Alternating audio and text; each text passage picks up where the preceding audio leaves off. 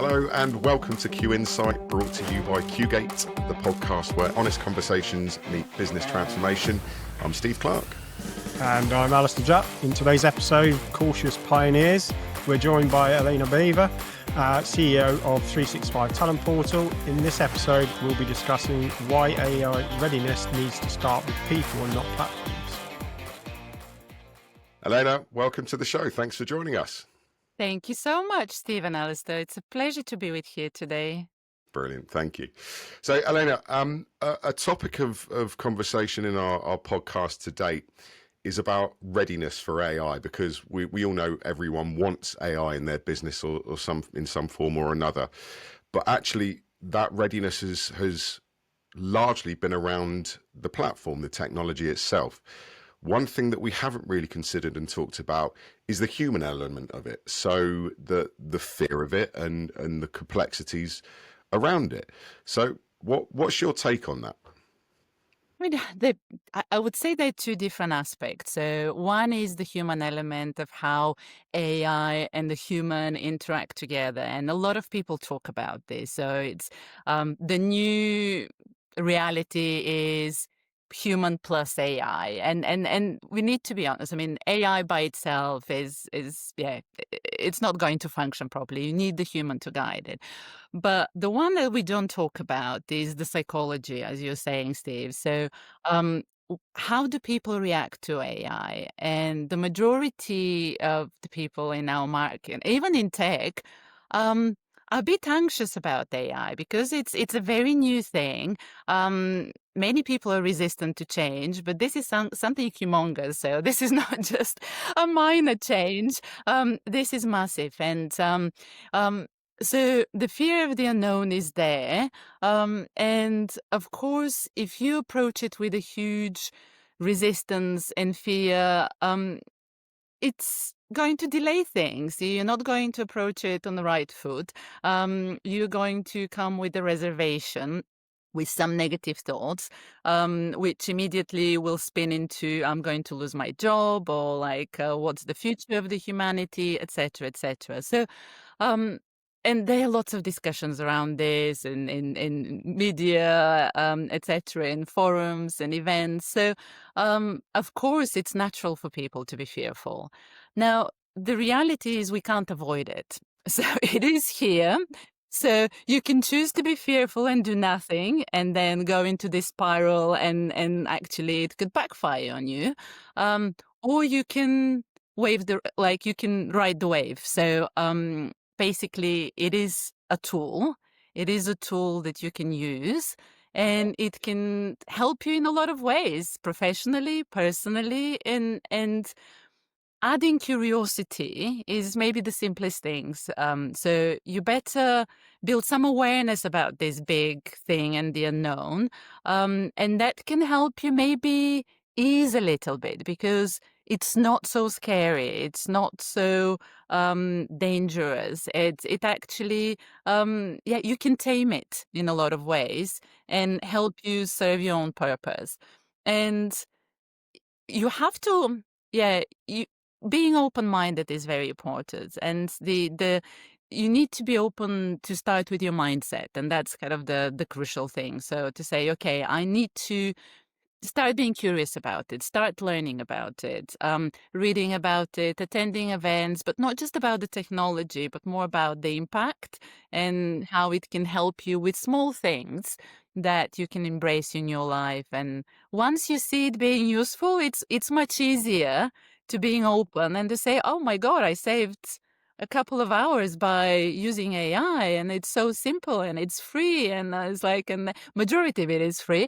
But yeah, if you start seeing the benefits, it could actually bring to a lot more afterwards. And Absolutely.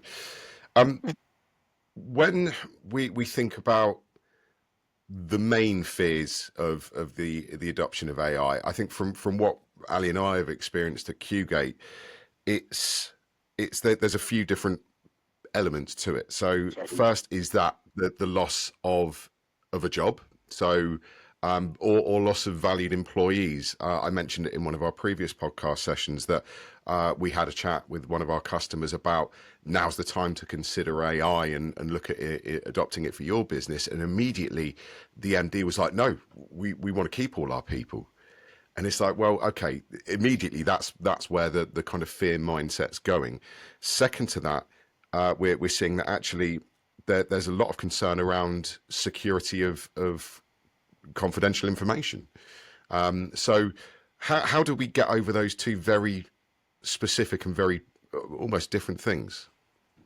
I mean, you guys are experts in that area, and you've seen this, but it's it's natural that people will react like that. So we need to address it with compassion. We can't just go and say, no, you're wrong. It's like, yeah, it's not. So we need to address this. But maybe the easiest thing is just to explain, fantastic that you don't want to kind of let go of your people. It's like that's such a good culture that you want to nurture and keep your people. So let's do that. Let's keep. But what if your people become more productive? What if actually this can help you keep your people?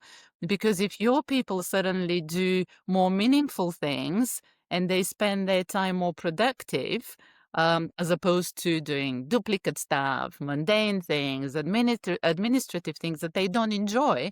So think about every employee would have areas that things they don't enjoy doing, areas that they're not so efficient and productive. So think about improving those little things, and if that frees them the time to do the things they excel, what would be the impact on your company? So think about it and keep your people, and actually by helping them being more efficient, that will make them happy and they'll be more loyal and they'll stay. They'll never look at another employer. So if you approach it from that perspective, that gives them the confidence. Okay, so it's not about replacing; it's about making people happier.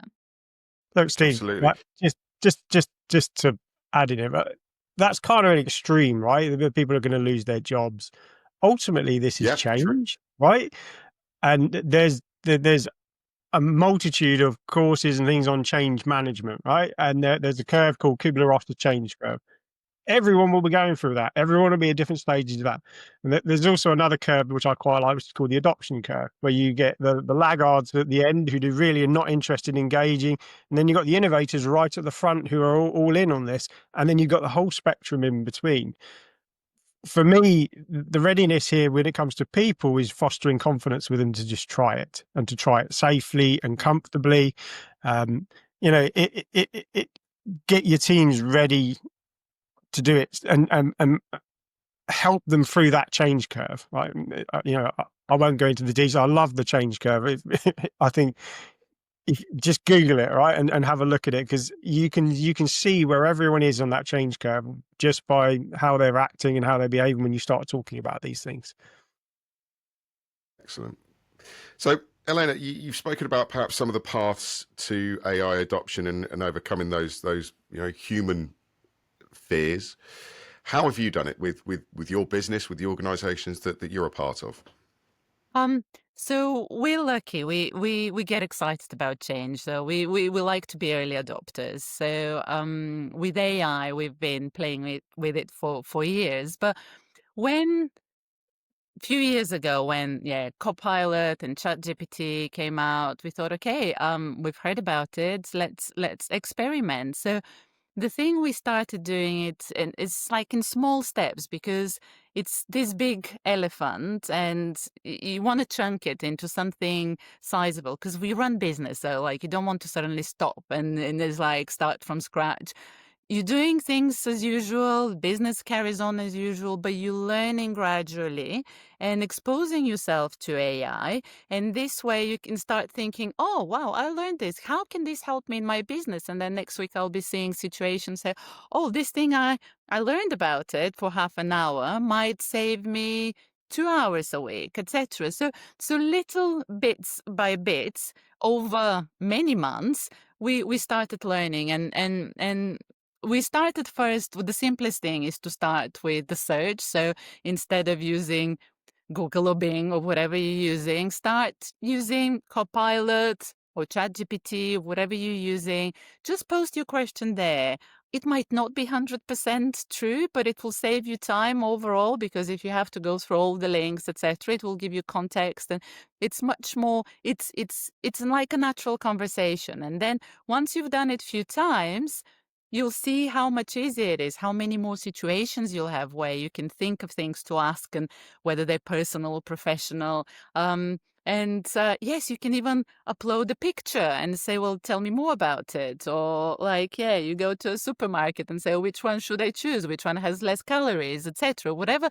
Like, I'm talking from personal point of view, but business wise, you can put information about your prospect and say, kind of, have you seen anything kind of in latest reports, news about this company that I can relate to in my first conversations with them, etc. So something very simple, and you'd be amazed by the amount of information you will receive in one go. But then please verify the sources, because you can always check the sources. The second thing is probably encourage your employees to do the same. And one thing we did early on is we created AI Fridays, where we'd meet for an hour, and anyone in the team could share a tip or something that they've learned over the week. And no idea was stupid, personal, professional. We just wanted to be exposed to as many different ways of using AI, because I use it in one way, another colleague would use it in a different way. And I said, well, I never thought of that. So this made us more creative. And then once we did quite a few of those, we started thinking, okay, how can we apply it in the business? And this is where things became interesting, because once you started using it personally in your personal life, I encourage you to start personally as well first, because it's easier to make mistakes when you do it in a personal level than business-wise. But then again, you have the tools already. I mean, if you're using Microsoft technology, there is hopefully you have Copilot. Hopefully, you can even use it as your virtual assistant. Go and open it and say, what are the important emails I have in my inbox of 100 emails? And it's like, it could summarize a lot of that for you. You can check kind of, yeah, I'll give you a personal example as well. So I'm slightly dyslexic. So for me, writing big proposals and long emails sometimes is difficult. And previously, I had to ask a colleague or my husband to proofread it. Also, I'm not a native speaker, so it was important for me to find a way to leverage AI in that respect. So now I proofread it, and it takes seconds, Yep. and I save the time of someone else by doing that. We started similarly, right? It was a few individuals using AI for, to save 5 minutes here and 10 minutes there. We even did a bit of the fun stuff like in Copilot. If you haven't done this, it's very, very funny, where it says roast you on your previous week's activities. So it looks at what you've done the previous week, but whatever you do it on your own, right? Because it can be quite an eye opener what it returns. But even little fun things like that got people engaged, and we shared, and everyone tried it, and and it helped people to get on board with this. But that's kind of built into something now where those habits across our whole business, and they're using it at every opportunity, almost AI first. Well, can I accelerate this with AI first, and then I'll pick up after that? And it's almost the starting point. And it is the magic kind of happens when AI blends into that daily work, right? And you don't even realize you're using it, and you can't force that, right? People have to be taken to it, and then it's up to you how you take it forward. But of course, you have to ensure you do that safely from a leader's perspective. Make sure they're doing it in a very safe way, right? But it is fascinating, because once you get your people on board with it, they will take it forward for you. Exactly. And there's so many endless ways you can use it. And again, an example recently I saw again from my team. So sales call, well, it was recorded and then uploaded in a sales environment, and asking, how can I improve my sales skill for the next call, etc. And then you get feedback. Okay, maybe ask more open questions, or have you thought about this, etc. So that's just kind of one examples, but your people will teach each other on best possible ways, and then you can then the next level up is like thinking about agents that you can kind of collectively put together. That could be, but that's kind of further down the line. So for anyone starting the journey, that's the future. And that's I, the I don't think big I'm ready important. for AI to critique my sales capability just Well, you're very yet. experienced. You are a pro, Steve. So yeah, yeah, yeah. I This is don't where think you need that. this is where I find out my whole profession has been a lie, and I was more suited in something else. That's the direction that I don't need. But it's, do you know, it's actually great to hear you about AI Fridays that you have, because Yeah. as a business, Qgate, we have a sister company called QWare that is an ISV that has some products that are utilised in the dynamic CRM space, along with some others. And when the pandemic hit back in 2020, of course, it was work from home. So what the company instilled as a business to keep the two businesses talking together and actually just keep human contact going is that every Friday afternoon, both businesses, we all jump on a Teams call and we catch up about the week. We talk about successes. And actually, more recently, since the advent of AI, we now have a segment for AI innovation of the week, Right. and people are doing just that. They're coming to the table with look at this, look at that, look at what I've discovered this week, and actually, it's a great way to get everyone up to speed. And Ali, as MD of this business, has instilled in us AI first. So we're all trying to champion each other in encouraging each other to use these new tools and new platforms that we come across. So yeah, great that actually, bizarrely, we're doing a similar thing. So maybe some other business out there are doing it. If not, here's your impetus to go and start doing something like that. So we've spoken about actually AI in general, and then perhaps some of the use cases that you have had your members of staff and your team members doing. You work for, or your business is 365, so it's in the Microsoft space. Are there any particular tools or platforms that have been paramount to kind of that adoption journey, that adoption curve? Are there any kind of blends that sit together nicely? How have you decided which platforms to use? So because we sit in the Microsoft space, we're very heavily,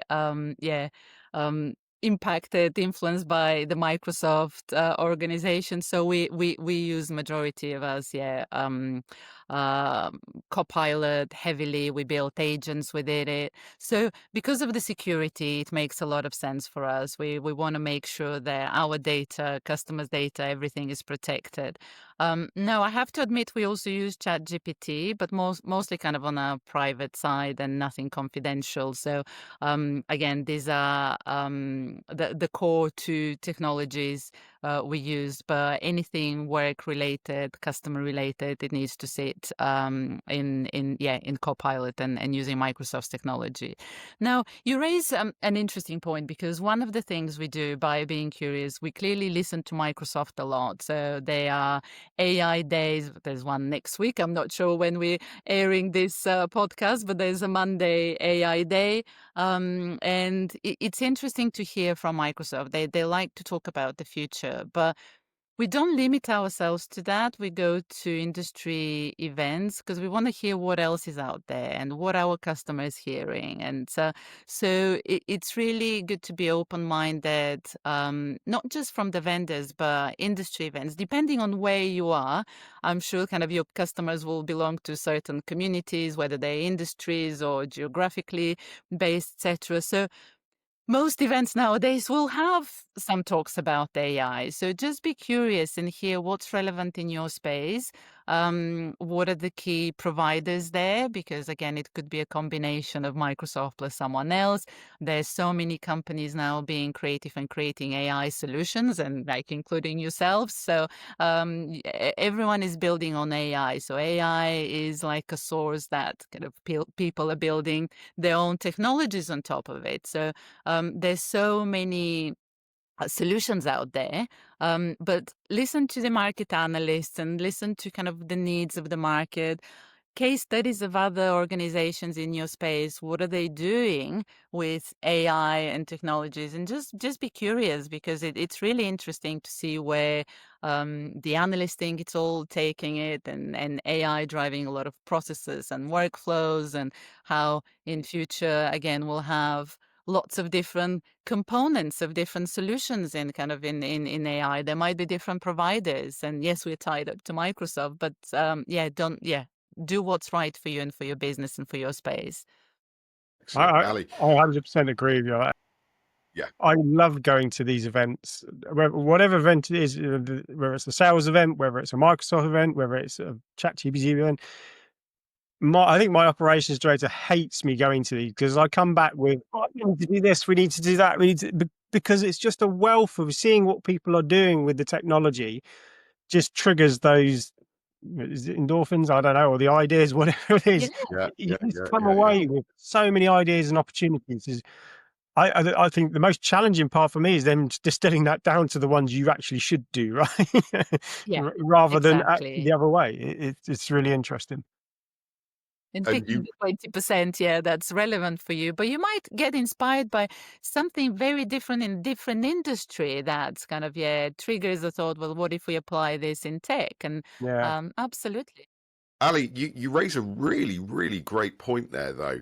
We can't be the only organization that has a cautious operations director. So let's say someone, no, someone like me or you or Elena, we go to one of these industry events and we find half a dozen new tools that we're thinking, great, actually, this is what we need in our business. How do you vet those? Because security and governance is a huge aspect, and I'll touch on that in a moment. But how do we sift through these platforms and land on the ones that actually these are going to provide great value to the business in one form or the other, but they're also safe and secure. They're not going to do anyone a cropper. That's got to be a consideration, surely. Yeah, absolutely right. I mean, we're kind of yin and yang, me and James, who's our operations director, that I go after things without a thought for the implications of what it is we're going after, whereas he brings me back down to ground and says, okay, but we need to do the governance and the policy around this first, which is absolutely the right way to deal with this. So you can get that balance right. You have to meet. It's the same with any change, with anything you do. You have to find common ground and both be happy with what it is you're going forwards with. Absolutely. And Elena, I think we've spoken previously about the importance of having AI champions, but I think in thinking about it, then it's important to have someone that is putting a very real sense check on things. Absolutely. And we actually appointed someone in our team to be head of transformation, AI transformation. So she vets everything for us. So if someone gets excited, as Alastair and I do, she grounds us. So it's like, okay, security first, or like, think about the impact on the processes. Let's not get distracted, and keep that thought, and maybe we'll revisit in future. But you need to have some sanity check. And yes, I completely agree. Absolutely. So, touching on the government subject, on the governance and security and compliance subject, we know that there are platforms out there, and it's a topic of conversation often for us when we talk about the readiness for AI. Part of that is ensuring that you are secure from not necessarily outside interference, but perhaps what is being put from a confidentiality perspective into these AI platforms to get whatever it might be. Say, for example, you have a customer proposal you put into a platform to get a summary of, or to get a slide deck created of. There is perhaps too little visibility around, actually, if you're using the wrong tools, this is going out there in the ether. This is being used to train all these models. So we need to make sure that we are providing a proving ground almost to our employees and our colleagues, that actually to go away and give them that trust to do things that could potentially be very beneficial for the business. But equally, you've got to be careful, right?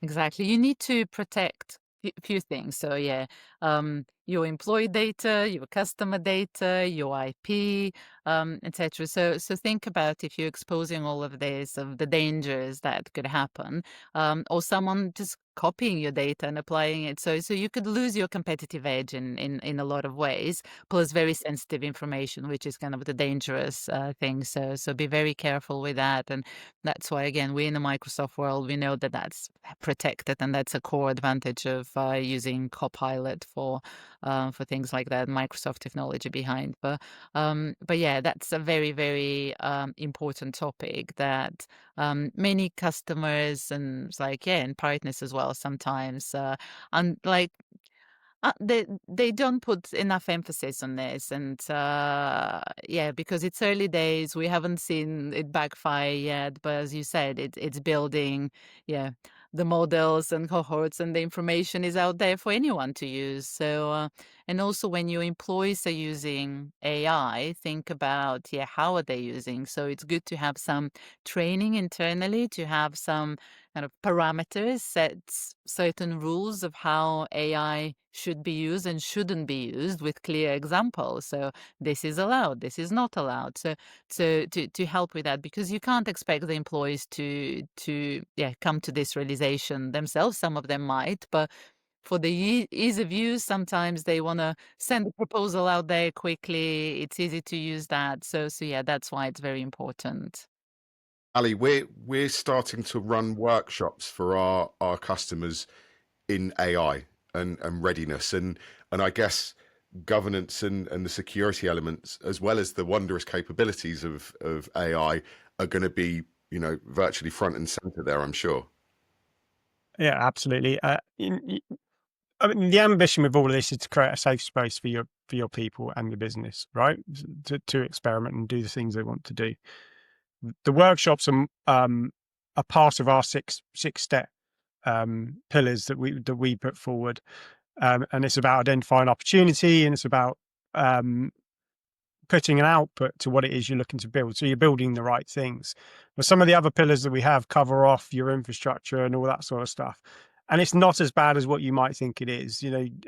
Just get someone to do readiness on your environment, which there are Microsoft tools that can help you to do that. And that will give you the comfort blanket to then take it forward. Get your policy in place, get your guidelines down, check your environment, and then you kind of off you go. And it's not as big a step as you might think it is. Absolutely. Good. So that, folks, we're getting to around about that time. So, Elena, you've given us some great insight in, the human element of AI adoption and AI readiness, and how to bring that into your business. One quick, for any final thoughts or advice, any summary of what we've spoken about. How do these businesses do what they need to do?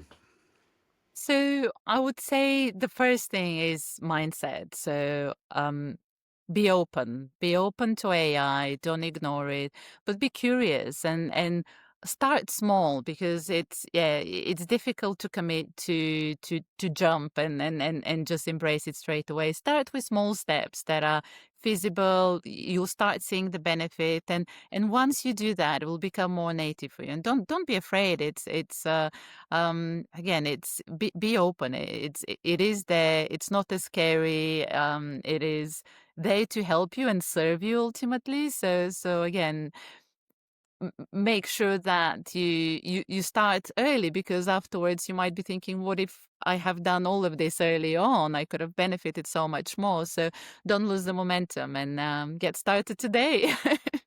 Great advice. Ali, anything to add? There's a report I read not so long ago that said 1%. I think it was McKinsey's report.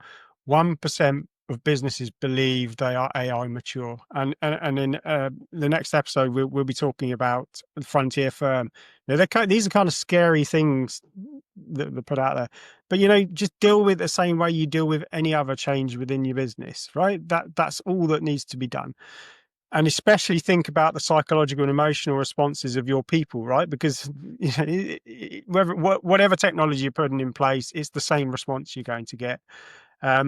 I'd say if you don't lead the adoption, your people are going to lead it, right? So you need to get involved with it as a leader of a business. And finally, don't wait for a perfect AI strategy. Just get, because you'll never start it.